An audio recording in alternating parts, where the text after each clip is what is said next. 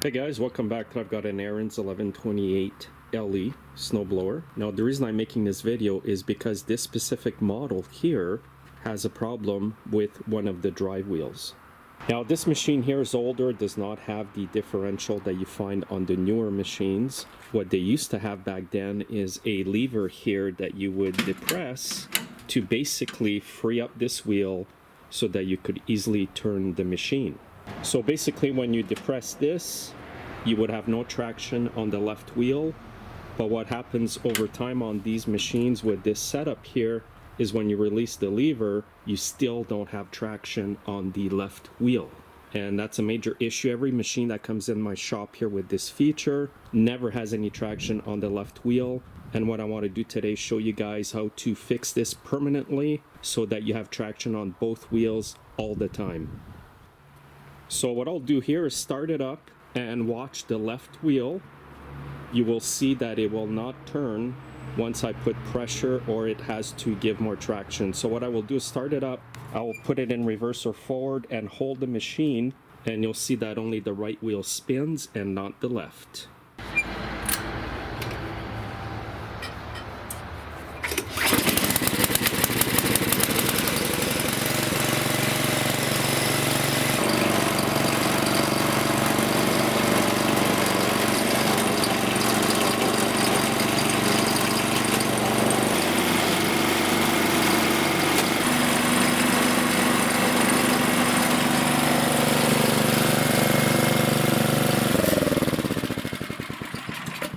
So you could clearly see there that the right wheel has lots of traction and the left one does not.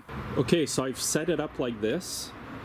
Now before you do the repair that I will be doing today, make sure that you have no fuel or oil leaking out of the machine. Now if your gas tank is full and it's leaking gas, make sure to empty it and make sure you don't have any oil leaking. And I've taken out the belly pan, and basically what I'll be doing here is taking out this cable because I will not be using that anymore. And where the problem lies is in this part over here. So what happens is it gets all rusted out like that. This part here is supposed to go like this when you depress the lever to disengage the traction, but it's supposed to go back and have the parts mesh back together in there to get traction. And most of the time it won't do that. Now inside here there's parts that mesh together. I'll spread this open here to show you in a minute. First of all, though, I'm going to remove the springs and the cable. With a large Phillips screwdriver, I'll just remove the screw here. And that's to get that lever off completely.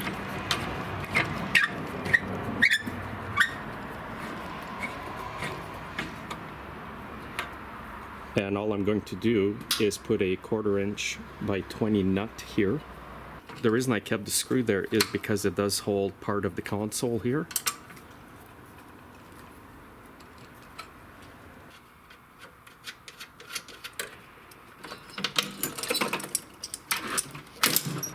Now if you go down here, you'll see where the spring is hooked up. Get it out of there. And now you've got the whole cable off with the lever. Okay, now I'm going to remove that spring here. And I'll never use that spring again on this machine, so I'm just going to snip it off.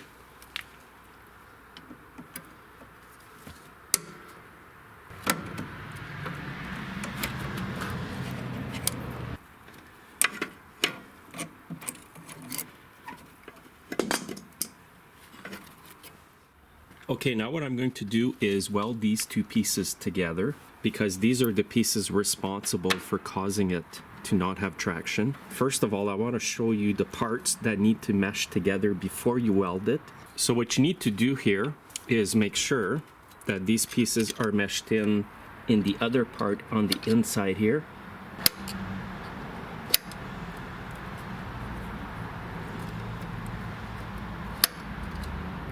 So you can see here there's another part like this, and it's just going to mesh together.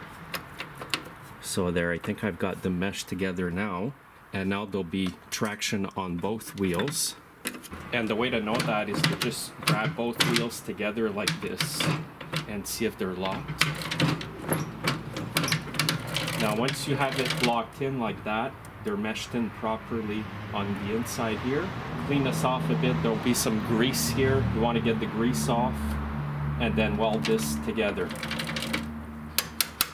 Now basically by welding this together, what I'm doing is preventing it from releasing the two parts that are inside that are meshed together. And before I weld it, I'm just going to spray a bit of brake cleaner to get some of the grease off.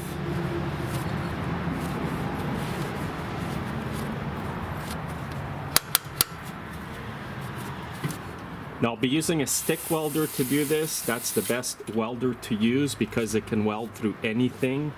Oil, grease, rust, you name it.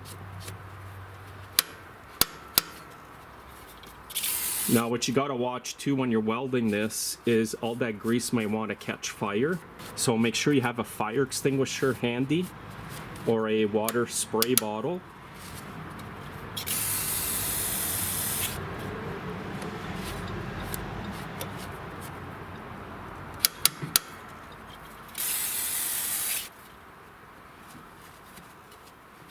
Okay, today I'll be using my old AC 225 AC welder.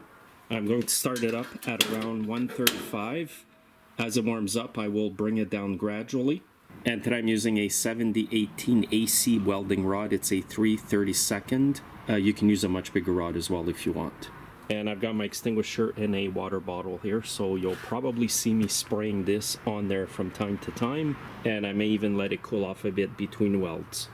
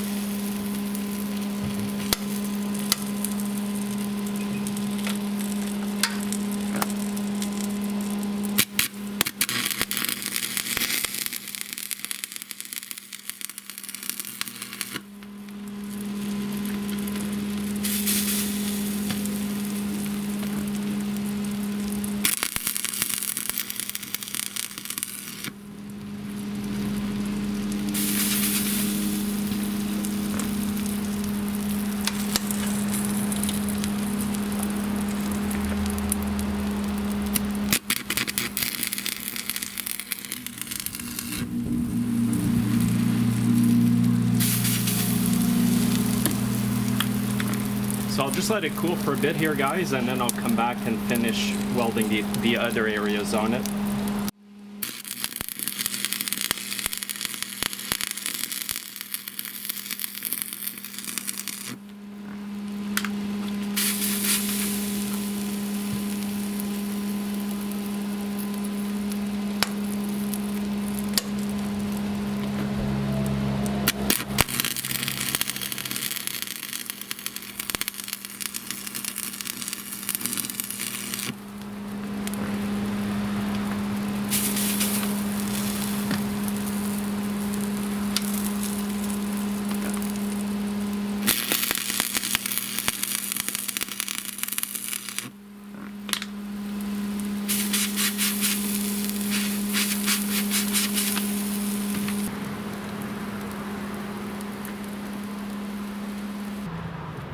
Okay, so I've got it all welded here. You can see the two pieces are welded together. I even put a dab of weld here to stop this from going back. Both wheels are securely locked.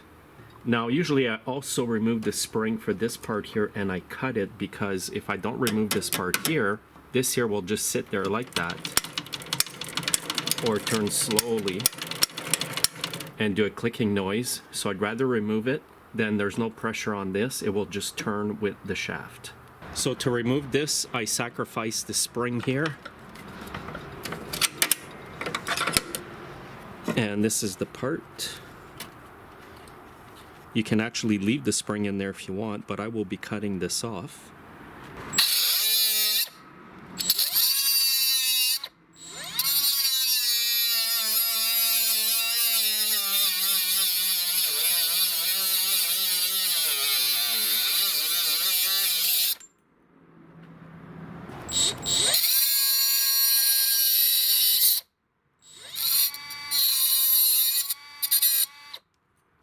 All right, that looks pretty good. Now, sometimes what I do is I use a bigger rod, put the heat up, and gouge my way through to weld both pieces inside that mesh together. But sometimes I get away like this by just welding these two pieces together to hold the coupler together inside. And also with a few welds at the back here, you're pretty well guaranteed that this part will not slide back. So I'm pretty confident with this. I will bring the machine back down and test it out. And by the way, guys, I got no weld splatter on the friction plate. That's just rust that was already there. But if you want, you can cover this up with foil or something like that before you weld if you're worried about that.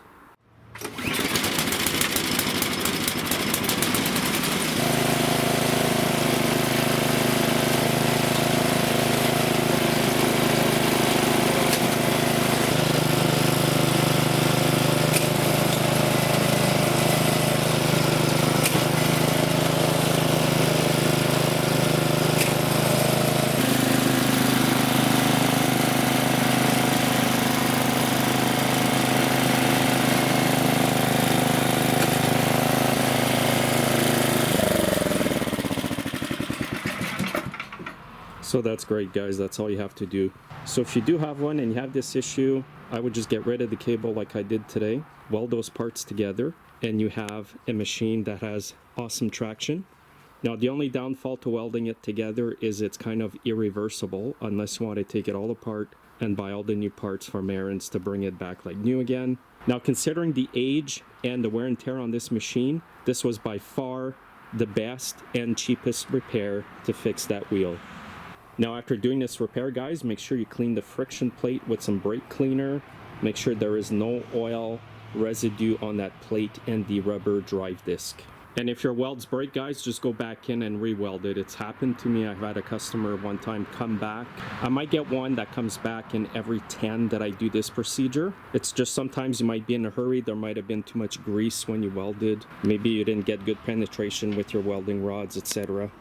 And again, I used my stick welder to do this with 3 32nd 7018 AC welding rods, and it only took me 2 rods to do this entire job.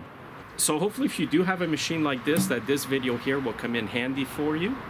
It's really easy to do, guys, and again, I do recommend that you use a stick welder to do this, not a MIG. The MIG welders often need all the parts cleaned up if you use the MIG with the wire feed and the gas. However, you might get away with the MIG if you're using the flux core wire feed. But I highly prefer using the stick welder when I do this kind of repair. So thanks again for watching, guys, and have a great day.